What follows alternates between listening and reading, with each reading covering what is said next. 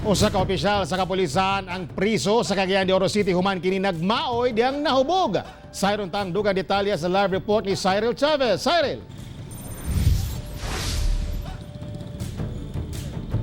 Yes, Tek, sobra kamaoy ang maong opisyal sa dihang nahubog. Unya nanion pa kini og pusil ngadto sa ubang customer og sa mga waiter. Priso karon sa Police Station 4 og napasakaan na og patong-patong ng kaso si Police Captain Calvin Nario. Human kini nagmaoy og nanion og pusil sulod sa usa ka bar sa Cagayan de Oro City. Sumala pa, nag-inom ni atong tungura si Captain Nario uban ang iyang mga higala.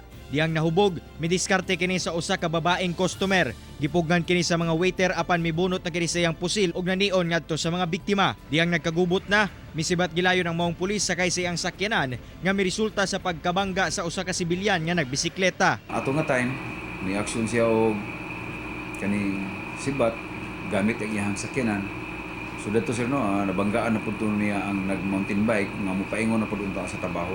Nasayran nakadestino sa Butuan City si Captain Nario o anaa sa Cagayan de Oro ni atong tungura alang sa Officers Advanced Course sa Regional Training Center 10. Dismayado ang hanay sa kapulisan sa maong panghitabo. Sa mga nag-schooling o yung mga gustong magpulis, dapat i-assess din natin yung sarili natin na tayo mismo ay hindi tayo maging pabigat sa PNP.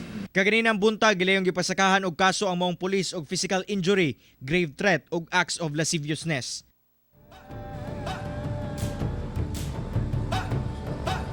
Tek, gawas sa patong-patong nga asunto nga atubangon sa maong opisyal, posible sab kini matanggal sa serbisyo human magatubang sab kini og mga kasong administratibo. Tek. Okay, daghang salamat Cyril Chavez.